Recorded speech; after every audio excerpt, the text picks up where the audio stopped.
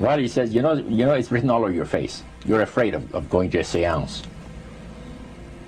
But he says, I know you. He says, you're going to come.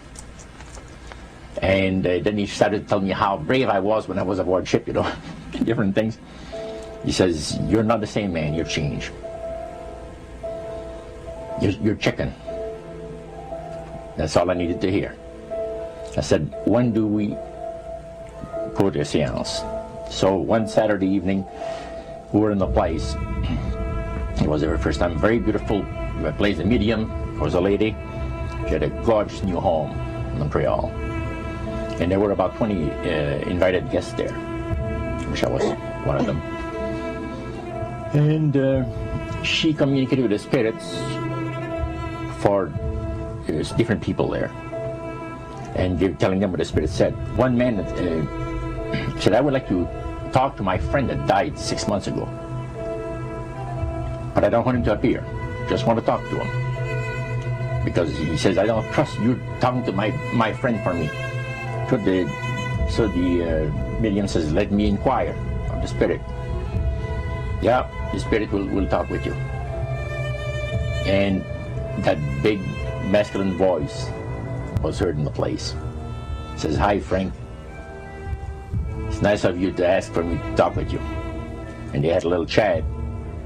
And after it was over, Frank says, this is the greatest thing on earth, to be able to talk with the spirits of the dead. Then the medium said, we have a very special surprise tonight for you people. A spirit will manifest itself openly here in a few minutes. And it's like a big gust of wind hit the building. And right through the wall. Now the lights weren't terribly bright, but they were like living room lights. A couple of floor lamps and maybe some of these.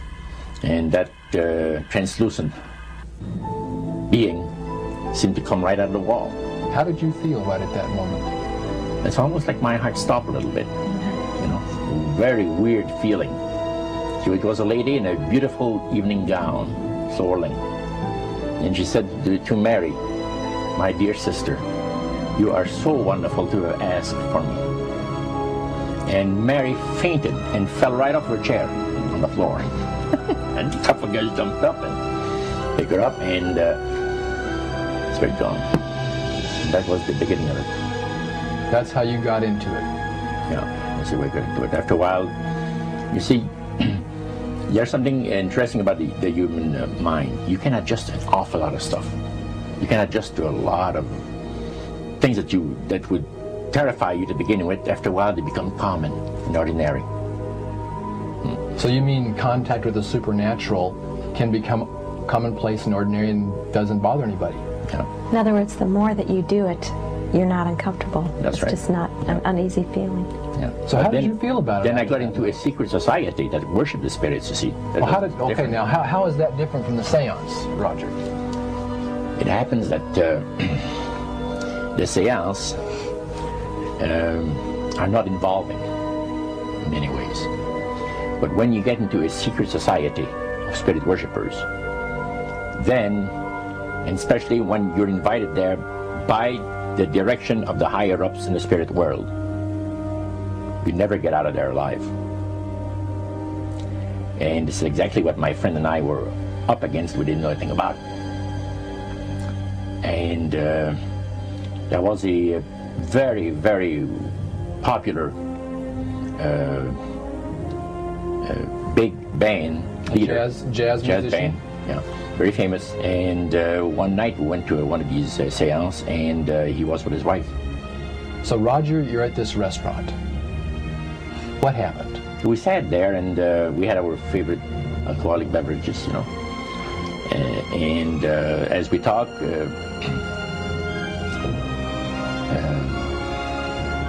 band leader says, he says, I want power, I go right to the source of power. And he says, how do you think that I became famous the way that I am? Well, I said, you must have had some good luck. Well, he says, there's no such thing as good luck.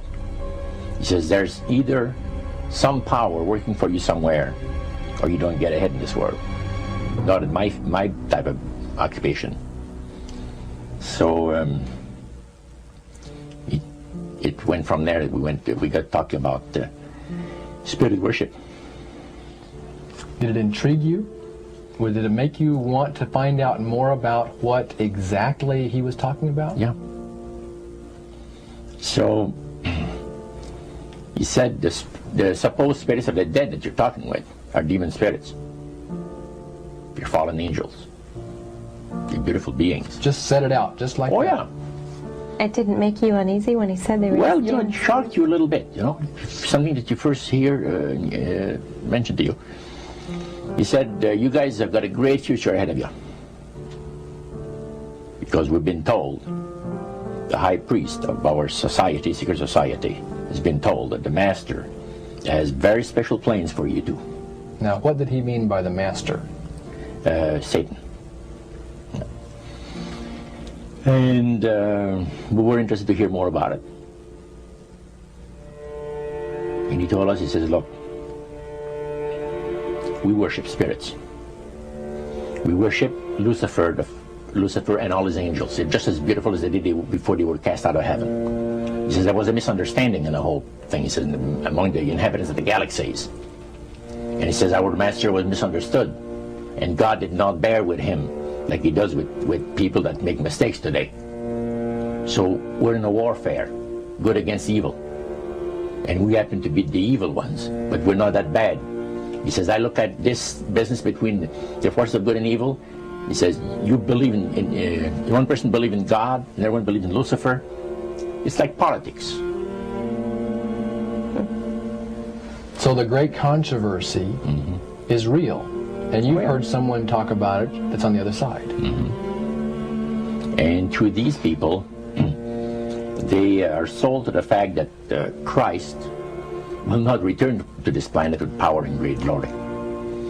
He's going to abdicate all claims to the planet, because the high priest once said that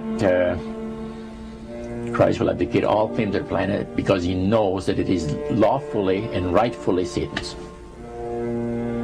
And at that time, he says, so the priest says, well, now, he says, for those of you that are new, let me tell you that this is the most feasible way, he says, to please the spirits. It's to deride Christ and his people, and his church and all that. So they sing out of Christian hymnals. They didn't sing Christian words to the hymns, however. Well, they changed a lot of them. Yeah. Not for the it's good. a form of blasphemy. Yeah. Such as you see today in the rock music world. You see the entertainers, they have these crosses. The ladies got earrings, crosses. The guys got crosses. This is a form of blasphemy, a form of deriding Christ. You see, spirits cause the people to do that, to find pleasure in wearing this type of emblem, which is the cross is the emblem of the crucifixion of Christ to the Christians. Better to reign in hell than serve in heaven, is that it? Why not? I'm here on the ground with my nose in it since the whole thing began. I've nurtured every sensation man has been inspired to have. I cared about what he wanted, and I never judged him. Why? Because I never rejected him. In spite of all his imperfections, I'm a fan of man. I'm a humanist. Maybe the last humanist. Who in their right mind, Kevin, could possibly deny the 20th century was entirely mine?